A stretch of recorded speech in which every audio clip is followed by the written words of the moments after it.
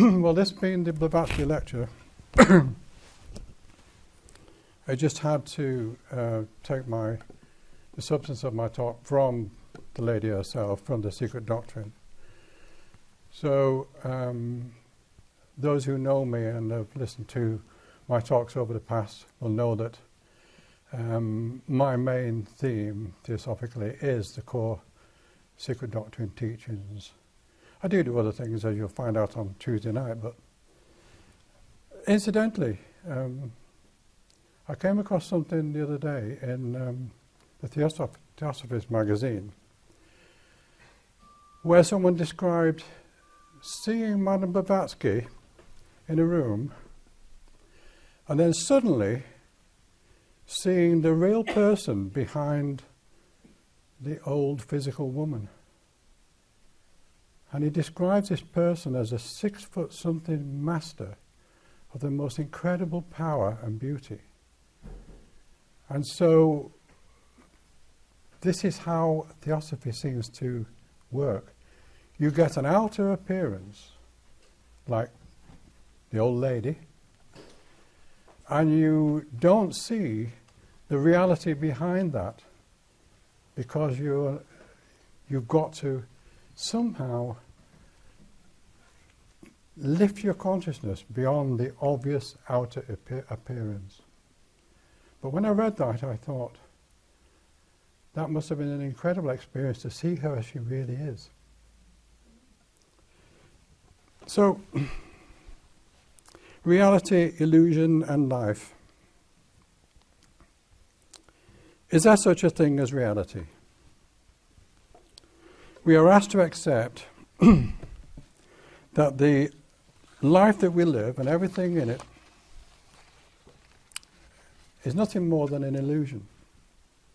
Mahamaya, the great illusion. And that nothing is what it appears to be. But to understand this, we need to pass behind the appearance to find a greater reality, the purpose encompassed by the divine plan, which, as you all know by now, is evolution. At the end of a period of existence, all that once existed has been reduced to just the opposing poles of duality, now fused into their antithesis, and even then remaining only in potential. Only non-being remains of the great cycling pair, father-mother, manifesting and non-manifesting throughout the entire term of unlimited eternities. This unlimited thing is just mind-blowing, but it's literal. The universes are unlimited. They're limitless.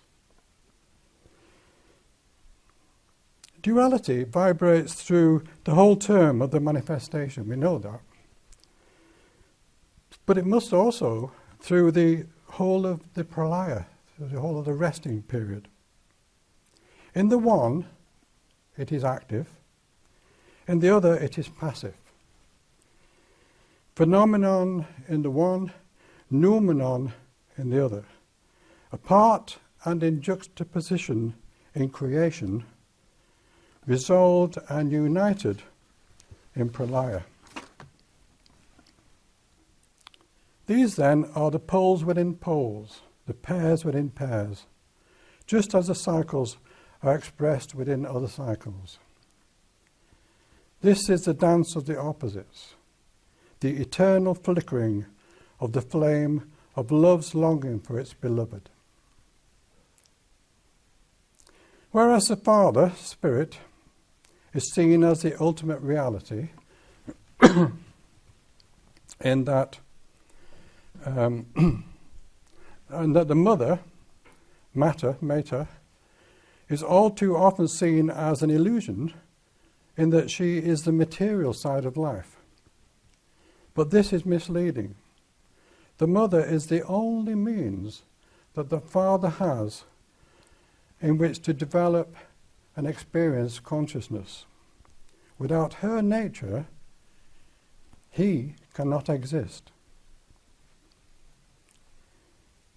A provocative new column in Scientific America floats the idea that what is fundamentally real in the universe, the actual base reality, isn't the quarks, fields, and the quantum phenomena that seem to comprise it.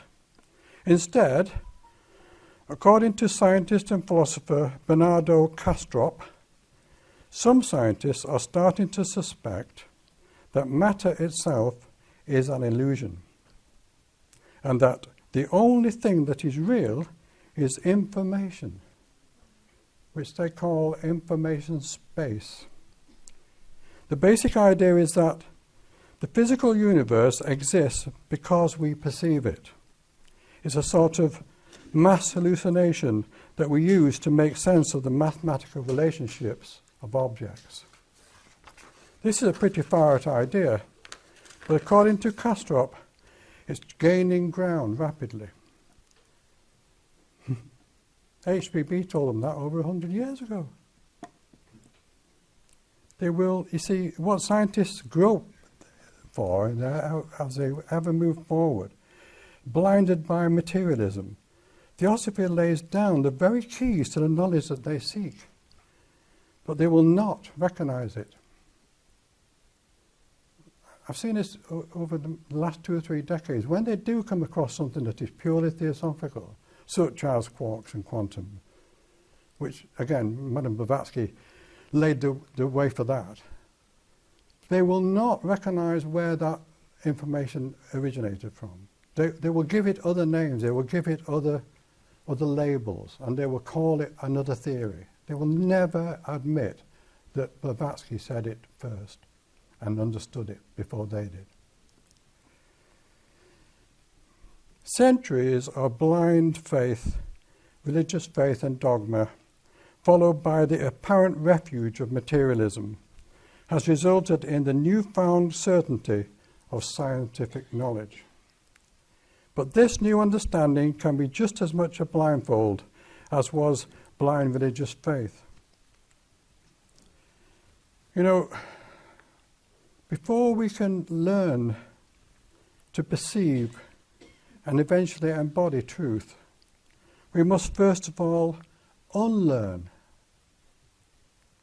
the falsehoods and the misunderstandings of the ignorant mass mind and the new gods of science. This is something that is often overlooked, or at least not clearly understood. The search for truth becomes a one-sided issue, amounting to seeking knowledge in and of itself in the expectation of achieving wisdom. But wisdom cannot be used to replace ignorance. It can only arise in a mind that has first seen through the falsehoods of the common view. The ideas and views of life that we take for granted must be re-examined in the light of the unlearning process before we can even approach the true nature of things. Unlearning is the hardest part of our journey to wisdom, because everything around us in society supports and defends the materialistic view. To break that hold is a mammoth task. We read, study Theosophy, and we try to understand it, but we find it hard to truly assimilate, and at best it becomes a lifelong task. Learning the words and the concepts so that we can talk about them, even in great detail, is not wisdom.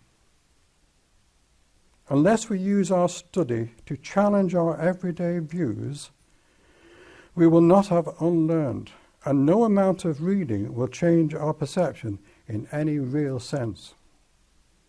It is most important to consider the implications of what we read and try to assimilate them into our daily lives. This is the task, really. We read all this stuff, but we have to find out what does that imply for me, for you? You know, if we can work that bit out, then we're making progress. We look around us and we see life as a multitude of things without number. But this is the real illusion. What we don't see is that life is one thing, one infinite and boundless whole. The challenge is to realize that everything is both separate and one thing at the same time. A paradox. Yet it is a paradox that can be solved by a mind that is not bound by outward material appearances, and that can penetrate to the inner reality just as easily as it sees the outer. Everything that exists, the universe, everything around us and within us, all of it are aspects of the one life. Nothing exists outside of the one life, because at its heart, it is the absolute, manifesting its potentials in an ever-expanding and contracting process that we call life. Some call it God, others call it nature. Many names for the same thing. Yet it is beyond words, beyond human thought, because human thought can only conceive of something if it can bring it down to its own size, to its limited understanding. The absolute is too vast and deep to be limited by our tiny intellects.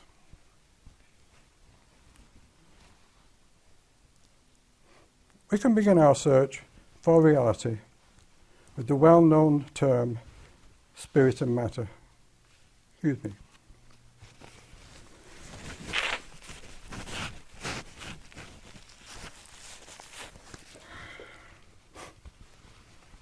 We could just as easily say life and form, or energy and substance. Let us understand that what we are referring to by any other name is duality, or polarization. We can see that one side of this pattern, the essential pairing, cannot exist without the other. There is no surface without an interior. There is no up without down, no positive without negative. All of life is dependent on this two-in-one, these inseparable twins, spirit and matter. Spirit and matter are essential to each other because they are a polarization of the one absolute whole. It is this polarization into the opposites that gives rise to all of life, to everything. And here is an important key. The very nature of this polarity is about the relationship between them. The relationship between them. This is the one single factor that all the cosmos hangs on. The relationship between spirit and matter. There is nothing, be it an atom or a mighty deva angel, that does not owe its very existence to this duality, this divine relationship of spirit and matter. We can even say that neither spirit nor matter exists of and by itself. And this is a fact known as a certainty by the very highest of spiritual beings. To quote the Master K.H. But what is spirit, pure and impersonal per se? Why, such a spirit is a non-entity, a pure abstraction, an absolute blank to our senses, even to the most spiritual. It becomes something only in union with matter. Becomes something, spirit becomes something only in union with matter. That's letter 93b, the Mahatma letters to A.P. Sinnott. There is no spirit which is not encased in matter. There is no form of matter whatsoever that is not ensouled by spirit. Once we can accept this, we will see that in the actual process of the one life becoming manifest, if either one side of this relationship collapses, then both disappear, and the one life itself cannot manifest. At the end of the great cycle, when the two are reconciled once more, only the one remains, unmanifest and void of consciousness. At the beginning of the great cycle, when the two pull apart, a relationship is created. Consciousness then ensues, and what we call life can proceed to evolve its infinite possibilities. Excuse me.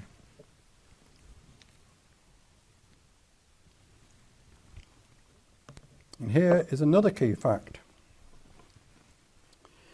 It is between these two poles, spirit and matter, that the web of the universe is spun. And this comes from the wonderful statement in the stanzas of Xian, Father, Mother, spin a web. Very catching phrase that. Once you've read that, it never leaves you really. Father, Mother, spin a web. That's the universe. In delving into the nature of matter, we find that it constitutes a limitation. It is like a vessel. Whether we are looking at an atom or a human body, it is the same. It contains. Even the highest, the most spiritual aspects must be contained in a sheath, however delicate the film of matter. Both spirit and matter are aspects of the Absolute, and both are of equal importance to the evolution of life. At the highest level, both are so rarefied that their existence is hardly more than a transient whisper. Even so, as the web of life is spun into ever more substantial fields of activity, the twin aspects of spirit and matter themselves become ever more tangible and yet ever more bound one to the other. When we consider spirit, we see that it is the life principle or active side of the relationship. We would usually call this the consciousness side, or that which becomes what we see as consciousness in so-called living beings, such as animals and humans. But here we must step back and reconsider. Because in truth, there is nothing that is not conscious in its own terms. No consciousness, no life. No life, no consciousness.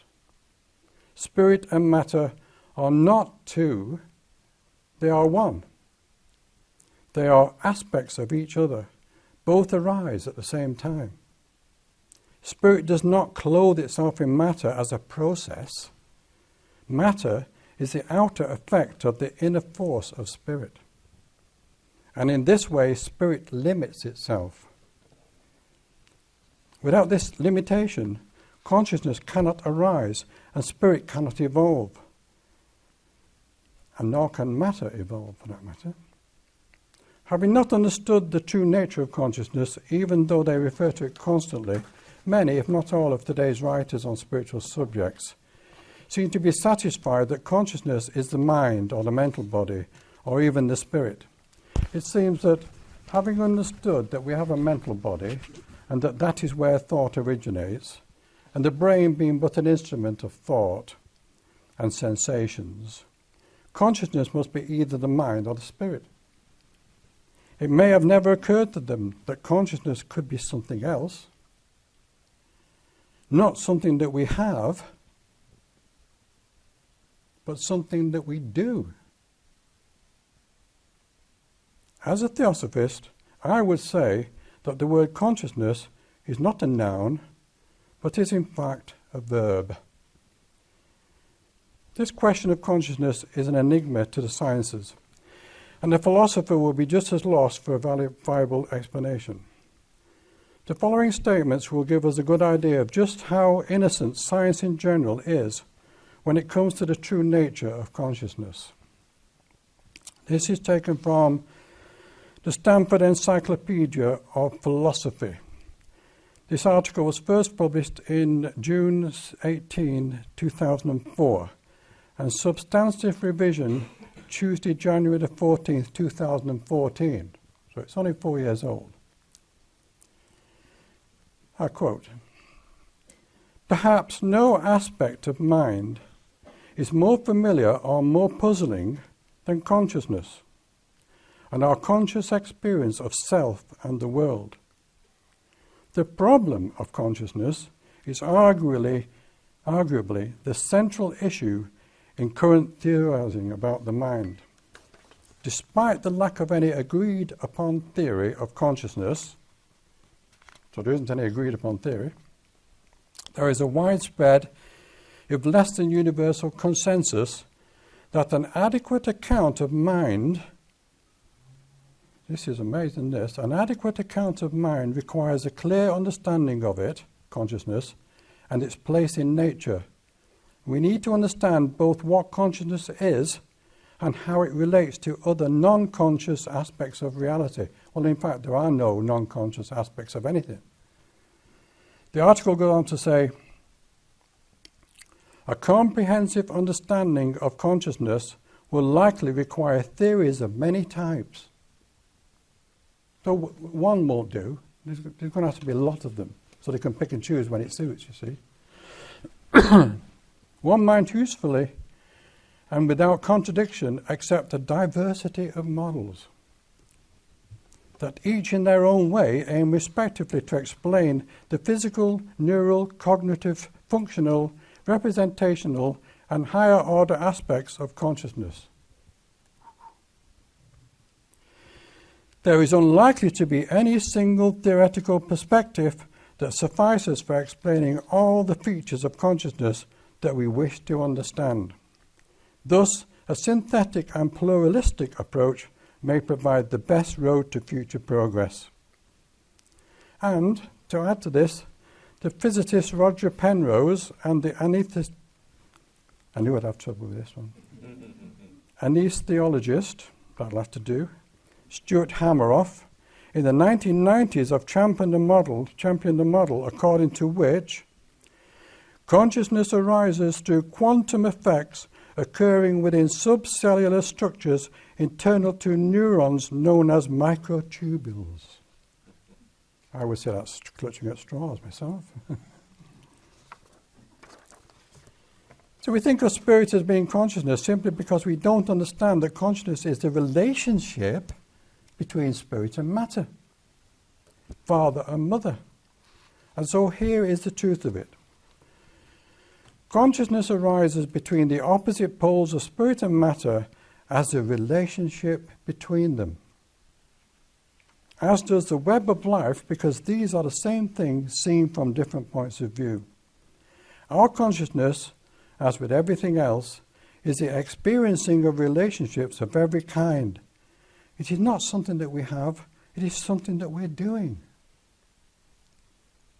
Just as spirit and matter spin the web of the universe with their divine relationship, so are we and everything else conscious to our own relationships. If there were nothing to relate to, we could not be conscious. Our awareness would be nil. I refer back to scientist and philosopher Bernardo Kastrup saying that some scientists are starting to suspect that matter itself is an illusion, and that the space thing is real in space is information space. Or could he say relationships? He says that the physical universe exists because we perceive it. It's a sort of mass hallucination that we use to make sense of the mathematical relationships of objects. How close, and yet so far. It doesn't take long, once you take this on board, to realize just what relationships are. In the evolution of life in this system, going back to the very beginning, it's the monads that find themselves in mineral atoms that have virtually what we would not call conscious at all. Yet they become aware of a relationship between themselves and the atoms next to them. And that relationship causes them to vibrate. And that vibration causes them to join together or to pull apart. That's how it all starts. It's a relationship right from the very beginning. And at the end of the day, when we talk about cosmic consciousness and consciousness of the Buddhi and Atma and all that, we're talking about a relationship with the entire creative process. At the moment, our relationships are restricted to what we're having right now and to our love of nature and the fascination with the stars and the galaxies. But these are material things. I have a relationship with my wife, physical, emotional, and mental, and spiritual to some degree, but I don't have that same relationship with all of you and with everything in my garden and all the animals and all the birds and all the insects and the planet itself. But as we evolve consciously into superconscious states, such as the Masters, that's the relationship we will have. When we say the Masters are at one with life, we mean their relationships are not confined to each other. They have a relationship with everything. That's what consciousness is. Consciousness is the key, because it is both what we are, all things are conscious, and what we do, the relationships as experienced by all. In a way, it is what we are simply because the Absolute, in polarizing to give effect to the field, becomes conscious. Without this polarization, there is no relationship and no consciousness. But once activated, the one life is in a relationship with the whole evolutionary process, and thereby all aspects of that process are part of that divine or cosmic consciousness, that infinite relationship.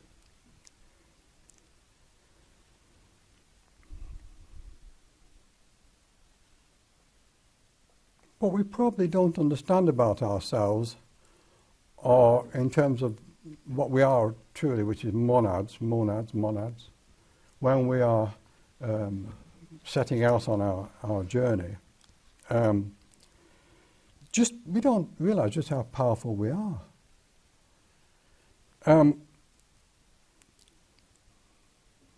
When we are cast into the web of life, to begin with, we are so powerful.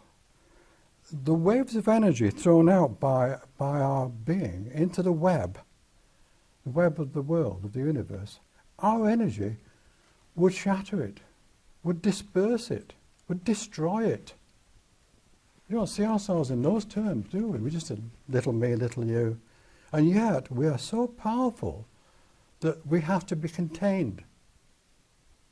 What happens here is as soon as we enter the cycle of life, the third elemental kingdom, the first elemental kingdom on the higher mental plane, encapsulates us in a film, in a sheath of elemental substance. And that contains us. Without that, we would just disperse throughout the entire universe, and we'd have no reference points whatsoever. And yet we little realize the amount of energy, real energy, in terms of that has to be contained. And I'm thinking in relationship to that is the little atom, the little tiny atom, which in itself represents very little force whatsoever. Yet if you combine it in the right way with other atoms, you could destroy the planet. And also, we would have no way of traversing the planes in the cycles of evolution if we were not contained in some form. But the systems are stable because of the control exerted by the Shining Ones, the Devas. Under their direction, the elementals of the higher mental plane surround and enclose the monads in a containing field, a shell of elemental essence that conserves the earthwise wasted and devastating energy in a kind of aura at the higher mental plane. This containing work of the elementals is repeated on the lower planes as the monads are compelled to descend the planes towards the physical. We must also note that the monads anchor themselves to an atom of elemental essence on each of the three lower planes. These will serve as harmonic resonance, a kind of elemental memory, skandha, of the experiences on those planes, as well as a stable point of reference for each of the subsequent incarnations. There is no doubt that that mankind is composed of monads that have the potential of gods. The evolutionary journey that all must make as a mandatory requirement is designed to unfold the immense spiritual consciousness that is our destiny. And with that power, it is our future responsibility to safeguard nature, nurture, and instruct the numerous waves of monads that are even now following on behind us. There's an old Hindu legend that tells of the coming of man in the dawn of the morning of the world.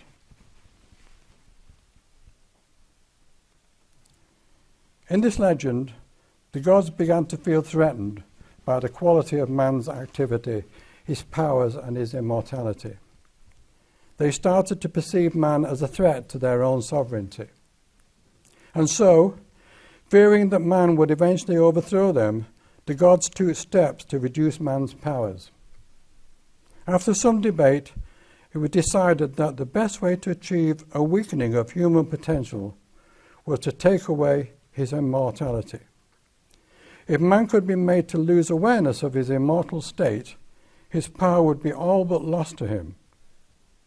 Man would be afflicted with the weakening condition of facing a life leading only to death. All that the gods needed to do was to separate man from his godhead. This they would hide where mankind would never find it. But when they decided and debated amongst themselves where they should hide his stolen godhead, they soon realized that this solution would not prove to be quite as easy as they had assumed.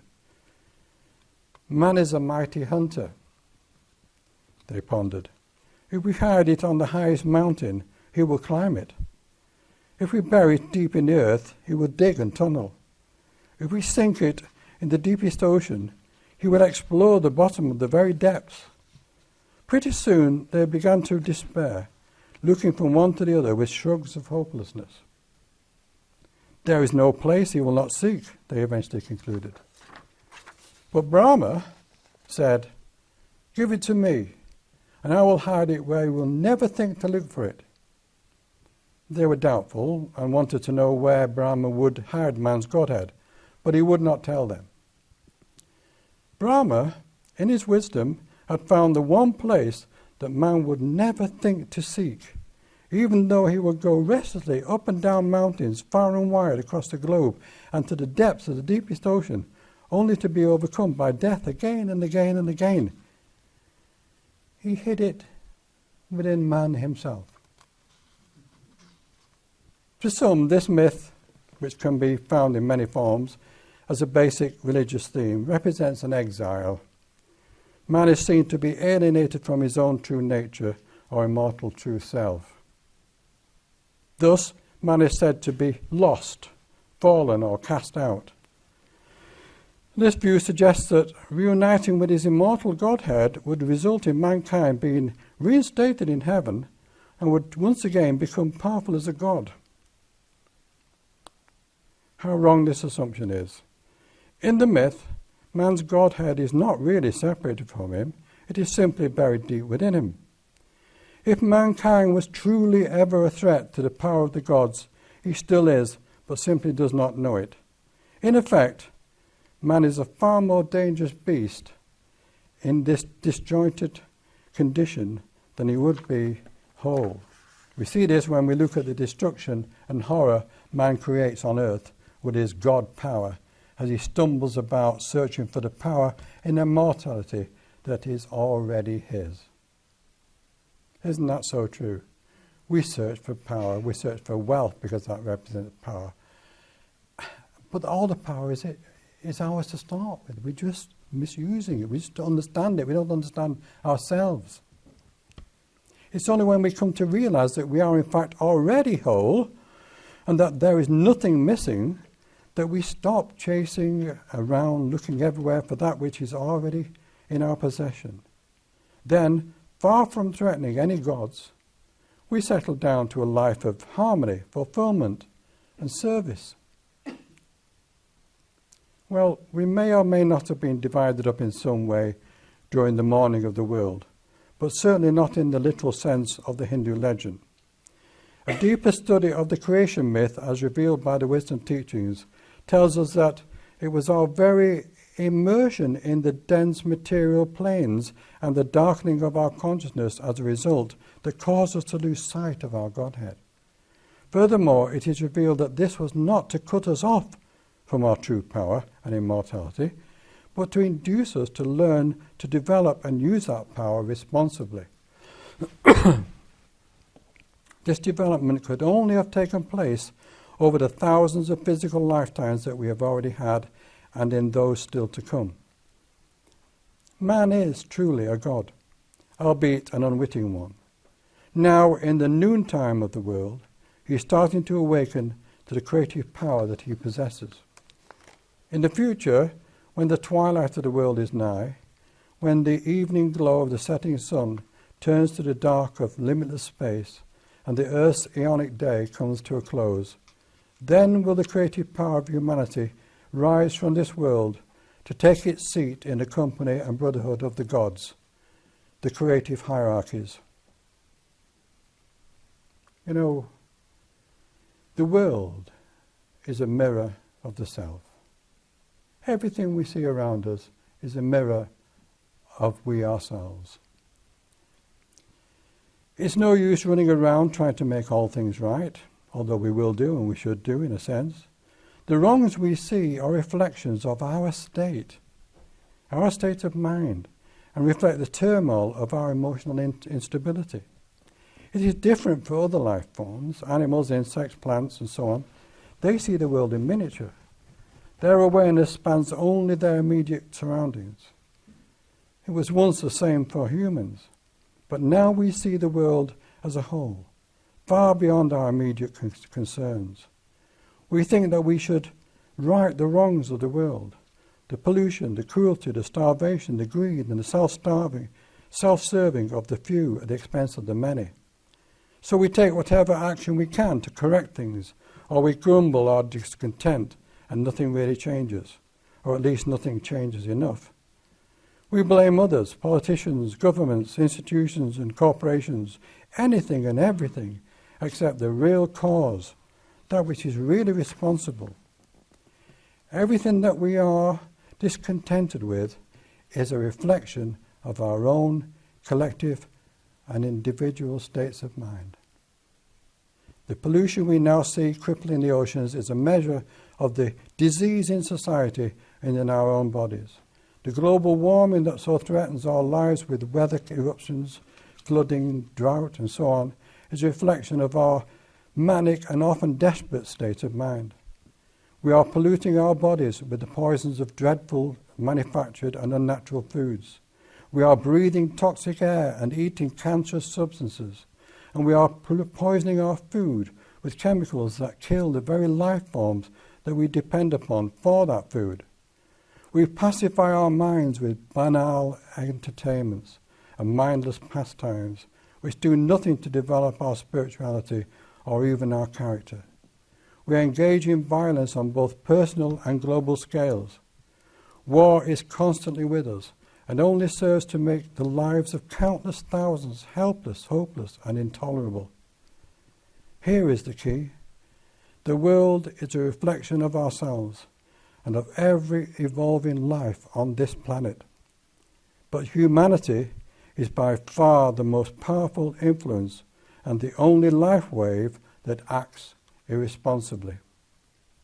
Unless and until we save ourselves, wake up and consciously evolve, we will never save the world. The Master K.H. said that Theosophy was humanity's only hope. Not religion, not science, not governments, not saviours. Theosophy. Why did he say that? What was he thinking to make such an extraordinary claim? We have to ask ourselves, how can Theosophy bring an end to war, to starvation, poverty, global warming, inequality and exploitation and injustice of every kind? Can Theosophy save humanity from its own destruction? To be honest with you, I would have to agree with the Master. But will it? Is there still time? These are questions the future will reveal to us, the answers. The Masters do not think as we do, in short time spans. They see life on Earth in the context of evolution, the great journey of the life waves through the manvantara of chains and rounds, of entire systems and solar duration, and even beyond. We ordinary humans have no true concept of time, let alone reality. What is real to us is mostly what is staring us in the face. We hardly ever question the actual nature of reality. We just think of it as something that is out there and leave it at that. So, taking into account what we have discussed about the absolute illusion and reality, consciousness, and the most important aspects of relationships, which is life by another name, we can perhaps start to understand the basis upon which the Master makes his extraordinary claim. Theosophy is the perfect way to understand and verify the fact that we and everything else are one and the same thing. We are conditioned to believe that we are experiencing something else as we perceive the world around us. We start that way. We first of all see the things around us as not self, and thereby gain some limited awareness of our own self by comparison. But by now, as humans in the vanguard of the life on this planet, we can, if we can come to realize it, see that what we experience as something else is in fact truly just another facet of ourselves. And that we are one and the same thing, expressing and experiencing in our own unique ways. The earth is a majestic being of incredible spiritual power. It's conscious of every element of life evolving within its aura and upon its material body. As the life that it nurtures suffers and feels pain, at every moment the earth feels that suffering. We are the world, and the world is us. What we do to the world, and to ourselves in equal measure.